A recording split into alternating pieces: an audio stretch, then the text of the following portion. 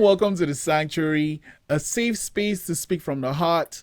I'm your host, Israel, and my guest today is someone I've been dying to talk to. Because their work is inspirational. Like, it just looks so good. And my guest today is Invidia Obscura. Did I get that right? Oh, you got that Okay, cool. perfect. Let's start with that. What does it even mean, and how did you choose that name? I'm a big fan of the Latin language, and it happens to mean envy image or envy capture, and I just thought that that was really fun, so something to make your friends envious. And yeah, how did you start with photos? I just kind of started when I was a little kid. Someone that was a family friend used to give me some broken cameras, and I used to bring them everywhere I went and kind of captured all of these images that were never actually captured. Oh, that's what I was asking And because you said they're broken. they were Okay. broken.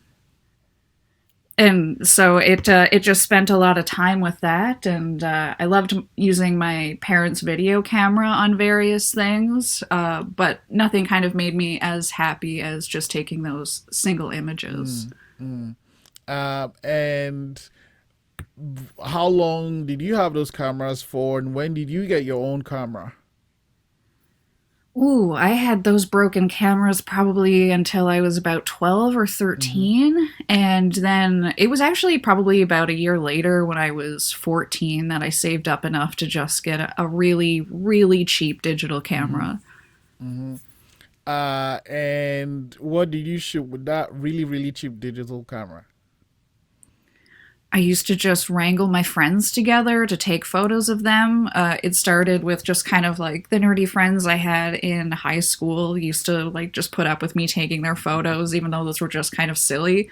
And then it ended up being like musical groups at my school would ask me to do photos, or I started to get to know people that as we grew up more, they got more into hair or makeup or into fashion, and they just kind of wanted a way to get that out there. And it gave me a lot of practice Mm-hmm. too. And I guess is that what did you want to be growing up? Let me start with that. I mean, I've never. The only thing that I've ever come back to is taking photos and taking video. I've wanted to be everything from the prime Prime minister Minister. to a. I love politics and I always thought it'd be really fun to get into, but it's too soul shattering. I couldn't do it anymore. Why? Wanted Why? to be. Let's pause with that though. Like, is it soul shattering? What did you find out? How? It's just I don't think that there's a whole lot of ways to be a good person and accomplish things without just kind of ending up having to agree on a lot of shady business. You know what I mean? As good as you want to be, you still have to compromise with the shady people. So do you think, I guess, that to achieve something in especially in politics, you have to uh let go of some of your values? Yes, and there are certain values that I think would be most pressured to be kind of put to the wayside that I personally would not be okay with Hmm. doing. Okay, so prime minister, what else? I thought being a lawyer would be fun. But again, same thing. Sometimes you'd have to work with people like, oh, I totally know this person's guilty, but I gotta make it seem like they're not. And that would be really difficult too, because I'm a truth type of Then you work person. with the other people, right? The prosecutors, right? And then Yeah, that's totally true. Yeah, I think that there's a lot of good ways to do that. I also thought it would be fun to be a dermatologist. skin. I know all yeah, a skin doctor and all of these things are very different than the other Hmm. things, but I always come back to the arts as what makes me actually happy. So did you like study uh art at all? Like, after high school, did you go into, say, NASCAR or some art program in DAL or something? I really wish that I could have done something like that for sure. No, I wasn't able to do that, but once I got to my mid 20s, I did go back to school at a local place to do television production. Oh, wait, you never mentioned you wanted to do TV though. Yeah, I really like writing a lot, and I used to write scripts for things again from the time that I was pretty young. I think my first full movie script, I'm talking like full movie script, I was about 12 when I wrote Do you that, remember and what it that was was just like about? me in my free Do time. you remember what it was about? I do remember what it was about, and it's strangely accurate. I wrote a movie about these kids living in a country that was ruled by this tyrant who was a former media spectacle who happened in this case to be MC Hammer. And there would be like specific times of the day where you would be forced to do hammer time was what it was called, and you would just hear break it down and everybody would have to do like the hammer crab walk. So it was a full movie about that and kids trying to escape to a different country because they want to build a better life for themselves, and they get like this orphaned child whose parents were forced to hammer time until death. They took him along with them. And then when they got to the other country, spoiler alert, it was run by a different tyrant from pop culture. I can't remember who. So, what did you call it? I don't think I ever actually had a name for How it. do you Most of guys the things do I that? never Like, had names yeah, for. but how do you do that? Because, like, I talked to someone recently and they are working on a book and the book doesn't have a title. Like, I can't write something if I don't have a title. Hell, I didn't start this show until I had a title. Like, how do you do that? I need to have the title. The title is like my North Star, or, like, I'm like, once I have the title, then okay, yeah, then we're in business, right? But like, I know a couple of people that like, I just write it and then I'll find the title. I'll be like, my brain will explode. Like, I cannot do anything until I have a title. Like, we have to have a title, then we are, off to the races. But anyway, so Honestly, for me, it's just because the title is the hardest part. Maybe the title comes from a line in what you're writing. oh. I feel like the title is the most pressure personally. Oh, I think, with my titles, I steal them from songs. That's what I do with my photo captions. It's generally just a line from a Yeah, song. yeah, that's what I do. Okay, so then you did this television program. How was that experience? For me personally, it wasn't so great for a couple of different reasons I'd rather not get into, and I definitely was having mental health issues at the time, and I definitely wasn't my best friend at that point. But the people that I met were really super incredible. The opportunities that I was able to take in were absolutely outstanding, and it made me realize how truly passionate I am about lighting. I never really thought about that before. And I took photos of people. I didn't have spaces or any ability to do anything good. So I would get like a floodlight from Canadian Tire that cost maybe like $9. And that would be a light that I would use, or it would be the sunshine, or it would be nothing. And it was the first time where I got to experiment and be taught what lighting actually is, and that just changed everything for me personally. That was when I knew for sure that visual arts was what I wanted. And it's funny you should mention lighting, because that's one of the things that stands. I mean, the models you take photos of, like, make the photos, but They're stunning, yeah. but the lighting, carves them out. There's this contrast, and you play with colors too.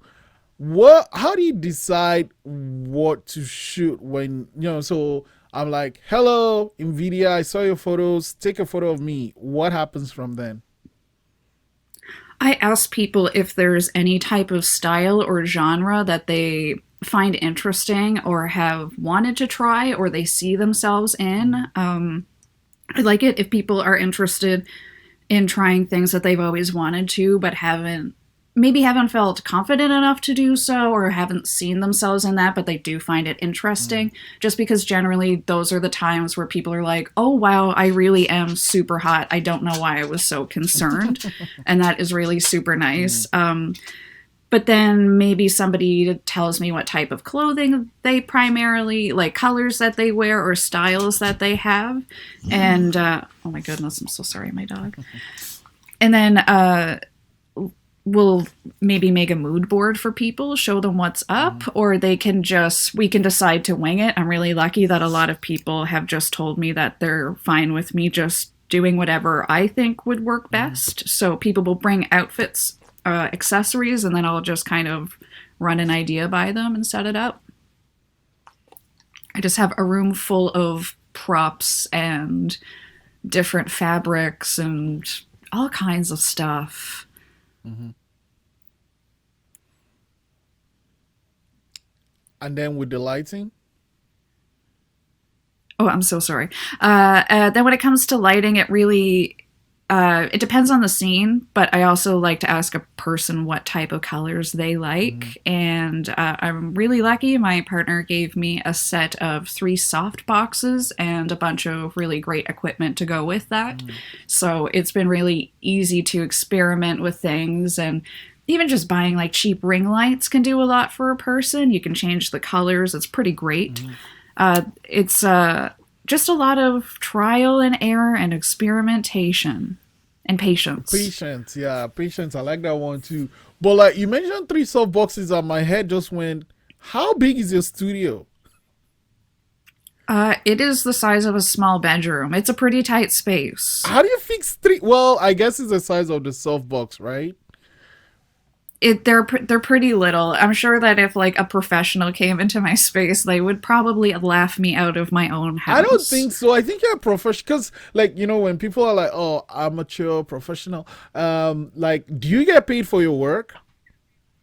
Yeah, Yes. so you're a professional. That is it. Like, if really, that's it. Like, when like say boxers, when they're going to the Olympics, they're like an amateur boxer, because then you're not getting paid for the work. But now once they go and sign the contracts and then they get to pay to box, they're professional. So if you do something, whatever that thing is, and you're getting paid for it, you're a professional.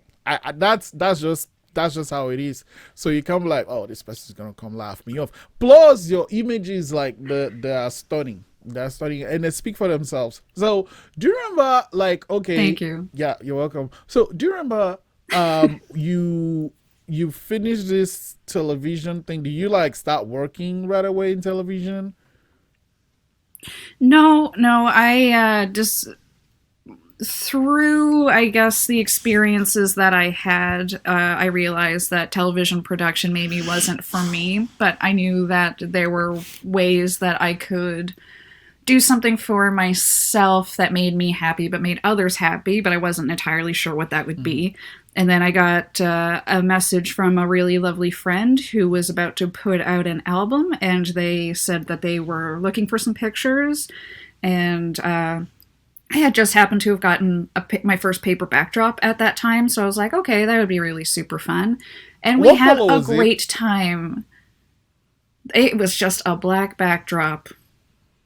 Started simple and basic. And again, even lights with that, it was next to nothing. The things that I had were very little things. So again, much patience was given to me in that time, and they were stunning. They brought incredible outfits, and they did incredible makeup on themselves, and they had props. It was really fun and really easy.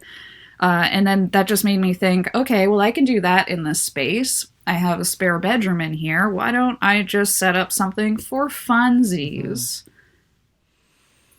And then that's pretty much it. And then, like, was it friends? Did you get people paying right away? Yeah, I originally just started by asking people to come and let me take their photo. It could be people that, and most of it was people that I had been, I'll say, friends with on things like Instagram, but I've never actually met in person, though we did have very similar friend groups. And sometimes it was just people that started following the photo account that I just like randomly made one day. I would see people follow and I would just take a look to see who it is and be like, oh, they look really interesting. Maybe I'll just like reach out to them. And it's a lot of just reaching out to strangers. And I am incredibly grateful for like the opportunity, time, and vulnerability of people to just come into a space with a person they don't know and bear this part of their soul to me just for experimentation and fun. That is outrageous. Yeah. But how did they feel when they get the photos though? How do they feel when they get the Mm-hmm. photos?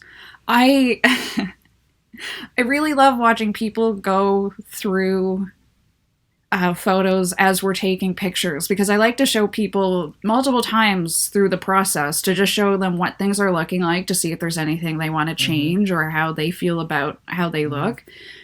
And most people scream really loud, and that is so Yeah. cool. And it's the imposter syndrome in me that is like, even in that moment in that room, I'm just like, they can't be talking about something that I did, even though I literally just did that Yeah. thing.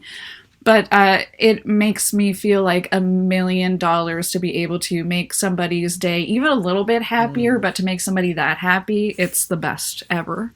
that's great. That's great. And you mentioned Instagram. Um, like what made you decide to put the photos up, and how do you handle all the many followers you have, and talk about shadow banning. Whew, okay. Yeah, I just started the Instagram because I wanted a place to put my photos that wasn't just annoying my friends on my personal account because I could feel that it was getting to that point. It's like, okay, we get it. We get it. You're taking pictures. So I put them on there, and I'm not entirely sure how people started following. I would assume it would be people that I took photos of and then they share, oh, Invidia Obscura just did these photos of me. And people come in through that, which is incredible. I used to tag photos a lot, but that would bring in quite a bit of people. And I would say that that was a big help as well. But with issues like shadow banning, I'm scared to tag pretty much anything that I put out there because even just from putting no tags on things, I am getting reported or having things taken down just automatically, especially from the terms of service update that I'm sure a lot of us know about that happened in September. So I've just been shadow banned since then. So it's like a 20th of the amount of outreach that I used to get. People, when they try to search for my account, sometimes aren't even shown that my account exists. So it's really hard to continue outreach on the platform that really does make it easiest, but is now making it impossible. So a perfect example is I recently posted a photo of a really beautiful person. It's a black and white image. It's completely black all around, but you can just see her face and she has a black ball gag in her mouth. And that was tagged as nudity and taken down. And where if they put something that explicitly told me no ball gags, I would be okay with that because at least they're telling that to me. But it's the issue of that it's being tagged as nudity and being taken down when there is absolutely no nudity whatsoever. It's just it is so outrageously frustrating. Yeah, yeah, I can't even imagine And that. then And initially, months back, it was this whole nipple thing. And it's yes, like, okay, I don't get it, but heaven like, forbid. then now, I mean, that example is just jarring because I think I remember that photo because now you had to put like a little heart on the ball gag. I did. It was a heart ball gag, so I put a heart emoji on it. Yeah, okay, so you I have this magazine coming out called Kink. Do you want to tell me a little bit I more about do. that?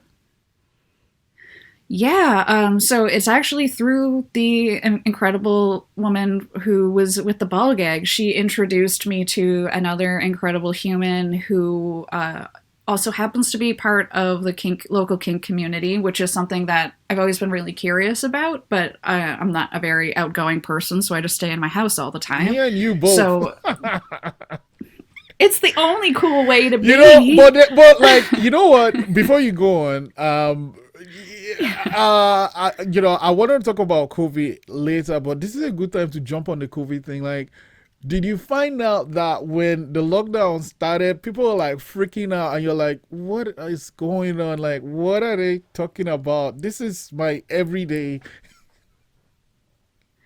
It's like you have to stay inside and you can't go to work. And I was like, thank you so much. I listened to so many records. I watched every Yeah. movie in Yeah, yeah, existence. yeah, yeah. Okay, so the lady with the ball got introduced you to this person, and then yeah. Yeah, so they were letting me know that they happen to be able to have access to some pretty cool kink equipment, and there was a small group of ladies that were wanting to be photographed as it was, but they knew that photographing kink stuff was something that had interested me. It wasn't something that I had ample experience with up until that time, and that was kind of my first experience of real kink photography because these were very experienced individuals, and it was like watching performances happen and just being able to be a fly on the wall that happened to have a camera. It was a really interesting experience. And the photos are they're so incredibly passionate and powerful, but they're also minimalistic because kink is a very minimal thing in the grand scheme of things. And these women and individuals are just absolutely stunning, and their faces are so inquisitive and interesting. And I am incredibly grateful that they let me put a magazine like this together and put it out there of these beautiful, tender moments. It was really great. Mm. And so it's like a paper thing. It's like, oh, is it digital? It's a paper magazine, but I'm considering making a digital copy just because that would make it even more accessible to folks, and then maybe I could even make it have more pages than the magazine was able to Mm. have. And how many pages does it have? Do you? I want to say it has something like 24 Oh wow. pages. It's quite a big magazine, so it's 8.5 by 11 Mm. inches.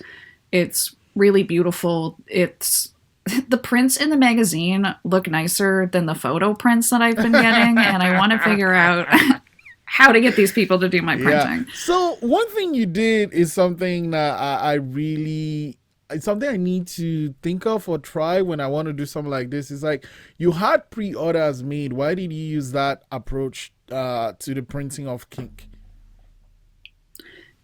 To be honest with you, because I am pretty broke, so I just couldn't afford to get a bulk number by Mm. myself. So it was just, I looked up how much it would cost, how much the shipping would be. I worked it out for how much it could or should be, and just went that way. And then it's easier to know because honestly, I probably would have gotten maybe 10 printed out at the Mm. maximum, but I definitely needed way more than Mm-hmm. that. Mm-hmm. So and now I think I saw a post that the orders have been made and they're coming in. How will they be sent directly to the people, or like how is the magazine getting to the people that ordered? Anybody that's ordered that's out of the HRM, I will mail things to them. But all of the magazines are coming to me, and then I'm packing some little goodies in with them, Goodies. and I am going to Okay. package I them like up goodies. myself. Yeah. I like goodies. Who doesn't like Right, right, goodies? right. Um Ciara told us all about it. yeah, okay. Yeah, actually, wasn't that her first single? I think. I'm pretty sure it was, and that song rocked my Yeah, world. yeah, yeah. With the It what still was that does. DJ's name? She had like there was a DJ something in that song. Anyway, yeah, yeah, she did Yeah. mention goodies. So why did you decide to title it Kink, right? Because even though you were shooting these people with the kink gear and the kink surrounding, You could have called it any, like, you like Latin, you could have called it something Latiny or something. I mean, that's totally true. To be honest with you, because I would like to put out a little series. Kink is the black and white pictures. I would like to put out Kink 2, which is the color photos, because I have a lot of really interesting colored kink photos that I think would be really fun in a different kind of way. They aren't as minimalistic, they're pretty bold. But just starting with just kink. I don't know. Again, that's the pressure of coming up with a name. I did sit there for a while and try and think of other things, but let's just call it what it Right, is. right. Let the people know. Was it like a day shoot or did you shoot it over time? Yeah, it was like, ooh, I want to say it was between 5 to 7 hours. It was like we did a lot of photos. We stopped and they made dinner and it was super scrumptious. And I always wish I could remember what they made because it was so delicious. It was the first time I ever tried tofu and that was really fun. And Not for then, me. yeah, we went the way that they made it, because I also assumed it wasn't for me for my entire life. And then they were like, let's just try it. And it melted in my mouth. It was amazing. I was like, what is this? Anyway, so then, Yeah. so after that, we went down and did just a couple more things. And it was a full day of stuff. It was like a work Have day. you shot them before the King series or?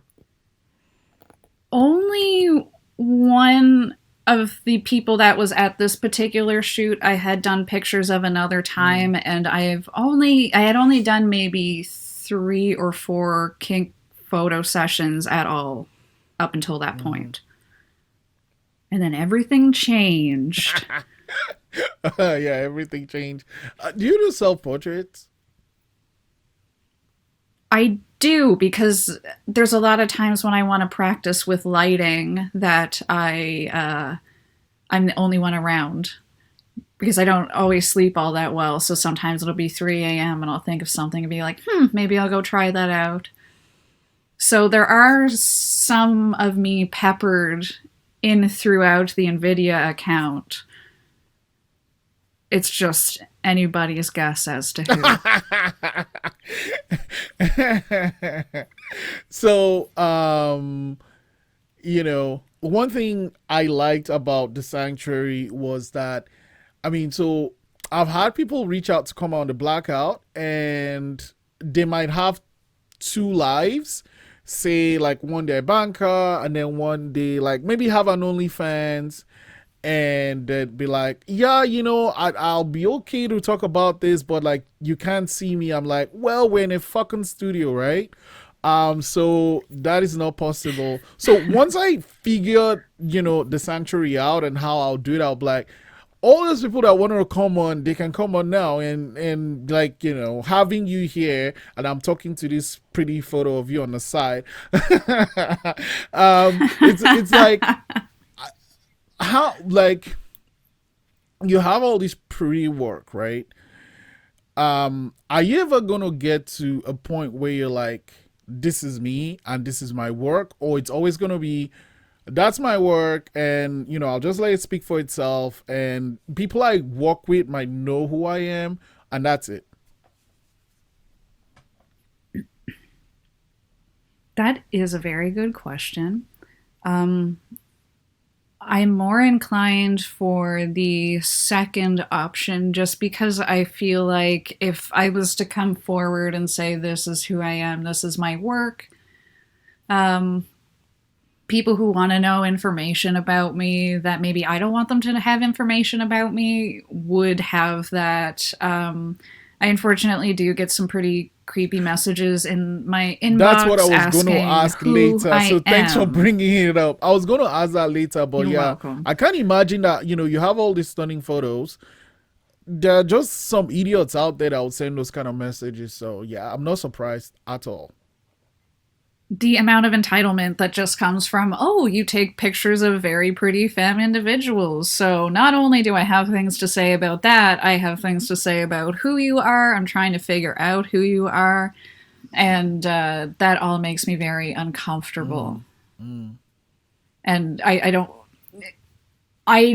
Legitimately just enjoy making people feel powerful or seeing themselves how I see them and how they don't often look at themselves. That's the most important thing to me.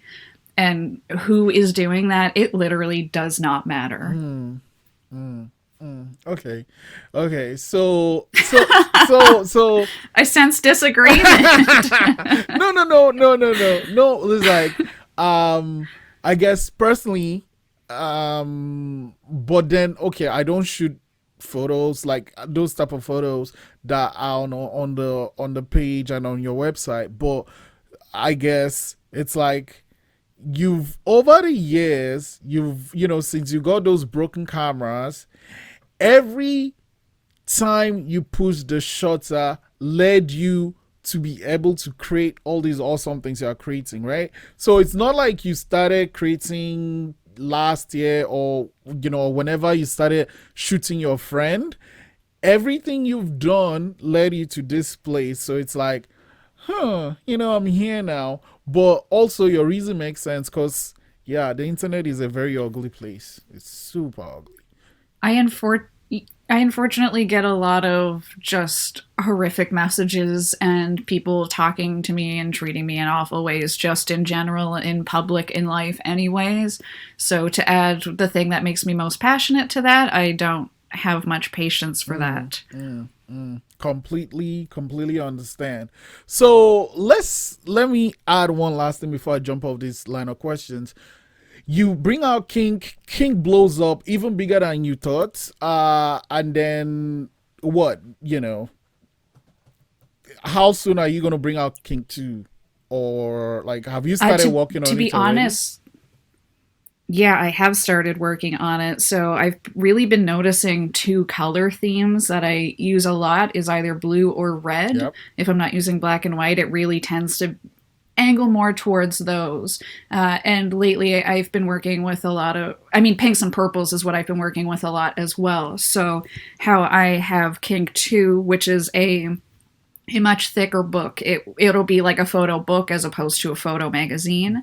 So one side of the book will start with blue, the other side of the book will start with red, and they will meet in the middle with the purples and pinks. Oh, okay.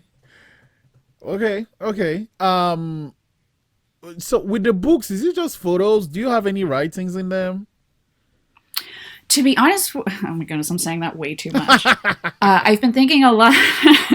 I've been thinking a lot about adding writings in, especially when it comes to the kink magazines. The biggest regret that I've thought about after the order had already went in is I wish I had a page where maybe I had like a smaller picture, but writing rules of consent and aftercare for kink, because those are things that are so super important.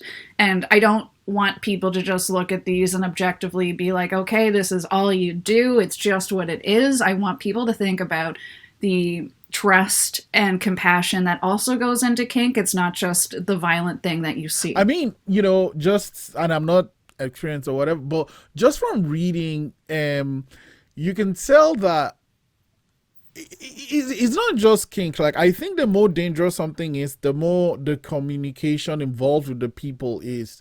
I just think Absolutely. I just think that's how it should be. Yeah. I do as well. I just worry about. I know my experience, unfortunately, has been similar to other people's experience, where maybe you've been with a person in the past who will say that they're a safe person, or they will put out there that you have an opportunity to say no, and then still push past your boundaries or not listen to you when you are communicating that something's not okay. And honestly, consent to me is super important in all aspects of life, not just when it comes to sexual opportunities. So just reminding people that consent and the care afterwards that's needed. Yeah. Okay. Yeah. No. Great. Kinky. It's to some people it's just something they put on and take off, and then to some people it's just like that's who they are, and Absolutely. and I think one thing I've learned, and this one is from my grandma, is like accept people as they are and just let them be who they are. I think it just Absolutely. makes life a lot easier when this is who this person is and you meet them where they are. Life just feels easy, and I'm like super lazy, so I try to set up my life in the easiest form possible. Okay, Yes. okay, yeah. Oh man, I have so many questions. So, do you do any, like, you had your parents' video camera? Do you do any video thing? Is that something you're thinking? Because every time you're talking of like this king thing, I'm thinking like, well, and I'm cheating kind of, because like I work in video, so I'm like, you should kind of document, like, so you get the kink book, and then you get like a 3 minute kink film or something. I don't know, whatever. Like, is that something you do? Because you did do video before you kind of really focused on photos now.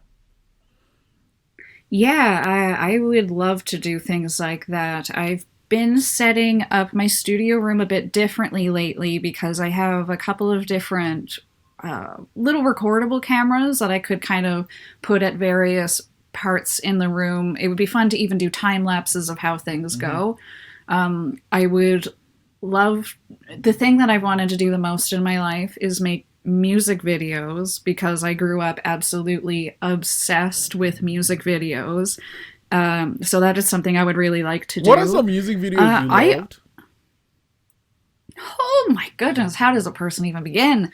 Whew, there were probably ones that were more inappropriate for me to have found spectacular.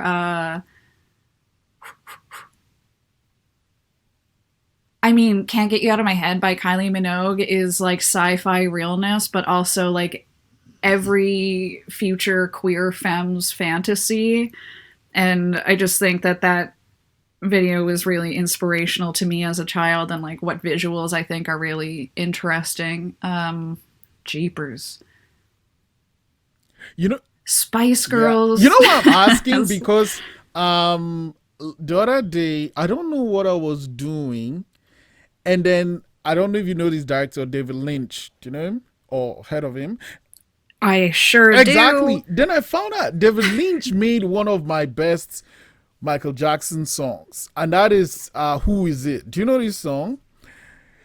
I sure The do. video is stunning, and then I found out like David Lynch made it, and then so I was watching this video over and over, and then I went down these rabbit holes of videos that made me want to make videos. So now that I kind of make music videos, it's like, holy shit, I'm kind of living this dream I had as a kid. But that Yeah. video is stunning. Another video that comes to mind is Madonna's.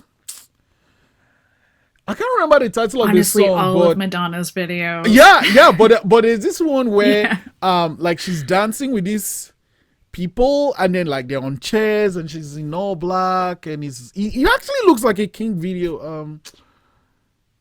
Oh I can see the one you're talking about in my yeah, it's head like and I'm cannot a for the life of me think of visionary. it.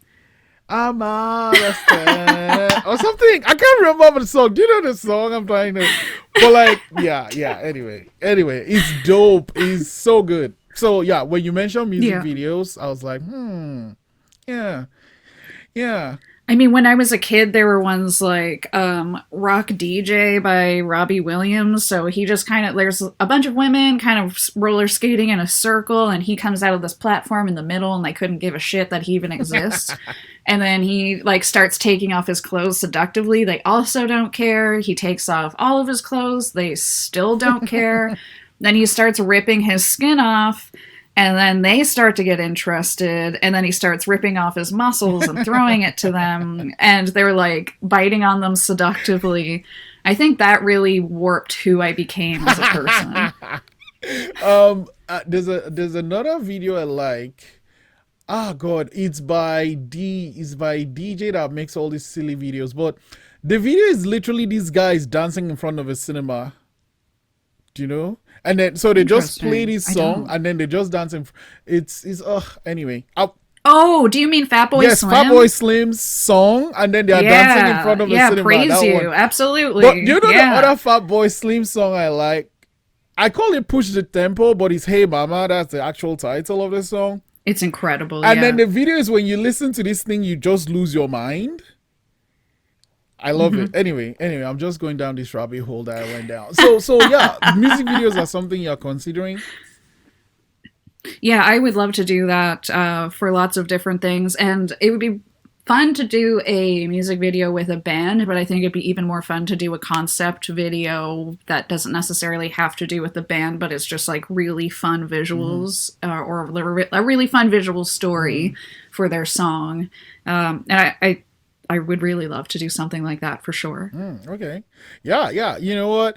Like there's a band in the city. I think it's called Old Blood. They have this song that I Interesting. love. Old Blood or the Old Blood, I don't know, but Old Blood anyway. They have this song, and I really wanted to make a video of it, and then the pandemic happened, so they just ended up doing like a Zoom video for this Oh song, and I'm still gonna reach out to them to no. like. It's Hmm. called "In the Dead of the Night" or something. It's like and the song is really good, but the title is really awesome. Anyway, so it's kind of like, Hmm. oh man, why did you make a I Zoom? can see it Yeah, why happening. did you make a Zoom video for the thing? I mean, it was okay. Talking of talking of the pandemic, like, did you do any shooting? Once they started opening things up after they shut down, or did you just shut down till recently? Yeah, so I shut down, obviously stopped taking photos in March, but I went through a very significant personal loss that came very unexpectedly as things started to open back Mm-hmm. up, and I found that incredibly hard to process. So it definitely took me until later in July or the start of August to uh, to get back to that. I think it may have actually been well into August by the time I was able to like become a person enough. Oh, okay. Yeah. Sorry for your loss. Whatever that loss might have been. Um, So uh, I have so many questions, but I'm just gonna round it up. What are some things that you're looking forward to making that is not King 2? I am working on an astrology series because it's something that I Oh. find super interesting. So I'm working on that and have a super fun Aries photo shoot planned for the next couple of weeks to do in Aries season. So I feel like we'll just get the full essence of the fire and the rage. Oh. So I'm really excited about that.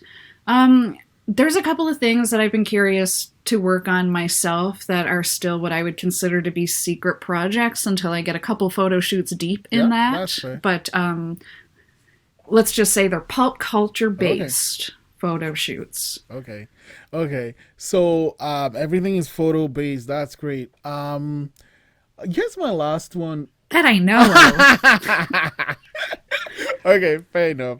I'll make this one my last question. Now you're doing kind of what you feel designed, called or pulled to do. Um, do you get days where you don't even want to shoot something? And if you do get those days, how do you push through?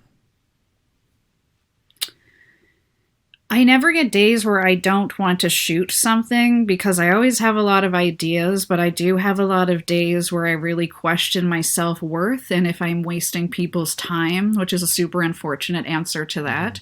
Uh, I just, there are days where it's really hard to reckon with self worth, and I'm incredibly grateful for the times that maybe a person was coming to take photos, but I am deep in the shame spiral, shall we Mm-hmm. say, and not able to kind of. I want to be able to give personal full experience, and if it's a day where I know I can't push through that, people have been really nice and being very understanding and rebooking and being incredibly kind, and I am very happy for the people that do come into my studio space because they've all been very like-minded individuals, or even if they're not like-minded individuals, they're just very compassionate people. Mm-hmm. So like I said, I never don't want to shoot something, but maybe some days I will not feel like I'm up to snuff Mm-hmm. to do that for people. Okay. Okay, that's great. But I don't want to end it with that one. I'm gonna. I'm so No, sorry. no, that's not. Hey, That's that's not why I don't depressing. want What's to end it with going that one. That's on? not the reason why. No, no, no. No, that's not why. Really, not at all. I want to end it with this one though. What your question actually, triggered something in my mind. And it's kind of two faced. So one is basically, what are things you do to, I guess, for your mental health? And then the second is, why are pronouns important to you? Yeah, my the things that I do to try and help my mental health, being with my partner is a really big help. They really make me laugh a lot and put me at ease, and that's the only person in my life that can get me to that level of Mm-hmm. ease. I have a couple of close pals that I will talk to just about random silly Mm-hmm. things. I will smoke a lot of weed and watch like through a whole series I've watched before. Just different things like that. I've worked really hard on going to therapy and challenging my own behaviors through DBT therapy. So, unlearning things like borderline personality disorder, which is excruciatingly Mm-hmm. hard, but also the most worth it work I've ever done for Mm-hmm. myself. And pronouns are important to me. My stepmom, who's a trans woman, who was the person that I lost last year, unfortunately, she was, I would say, the guiding light in my life through any point where I didn't know who I was. And she was the one that let me know that it's okay to be who I am unapologetically. And it doesn't matter if I'm weird, because there's going to be other weird people that I'm going to get along with that are going to make being weird feel okay. And she was definitely one of those for me. And she made me realize that I've never felt fully feminine. I've never felt fully masculine. I've even feel like I don't fall in between those things. It's just like gender ambiguity. And she let me know that it's okay to live in that space and not feel like I need to figure anything out beyond that. So when people properly use my pronouns, it makes me feel like I'm so excited that I'm electricity. Mm-hmm. When people will just use my pronouns without me having to prompt them, it makes my heart feel the fullest it could ever Mm-hmm. feel. And it makes me really sad when people refuse to see me as those things. And there are unfortunately people that are really close to me that don't see me for those pronouns. And I really wish that they would at least try. Mm-hmm. Yeah. What, when you were talking earlier, answering the previous question, it led me to recall a conversation I had with someone. It's like, it isn't taking anything out of you to just say it, right? Mm-hmm. Like, it isn't, it's not painful. It's not Even painful. just to acknowledge it as a thing, like it's fine if that's not for you, but just to acknowledge it as a thing, because everybody deserves validation. And I hate that people won't give people validation because that somehow makes them feel invalidated for something that it's like, it doesn't matter what a person's pronouns are. It's not like, oh, that non binary person's like too feminine for me to call them they, them. They're not. Like, they don't owe you anything. I don't owe you to be androgynous and still go as they, them. Sometimes I want to wear a really pretty dress and makeup. Sometimes I want to wear an oversized starter jacket and camo pants. It's not a big Mm-hmm. deal. Mm-hmm. And it means so much to people, and it's so little effort to even just believe it as a Mm-hmm. thing. Mm-hmm. Oh, wow. I totally. I think I'm gonna order a copy of King for myself just to check it out. But I'm also, you see, I'm one of those people that are more digital than, there are some people that are like, I just love the smell of books. I don't get it. Like, I just want to see it on my screen because then I can move it around. I can, check it out at my pace. But like, also, I'm more my computer than like I love to read a book lying down. So if I'm spending more time on my Mhm. computer, I can get to see the digital version. So I'm just slightly suggesting you should consider making a digital version too. I know I'll get both. I'm gonna do it just for Oh man, you. you're the Yeah. sweetest. Thank you so much, Nvidia. This is great. Thank you for creating. Keep creating. And like, you know what? I can't wait to see more of what you're gonna come up with. Thank you so much, and thanks for having me on. And I'm a big fan of your work, and I'm legitimately honored that you would have me on today. So thank you so much.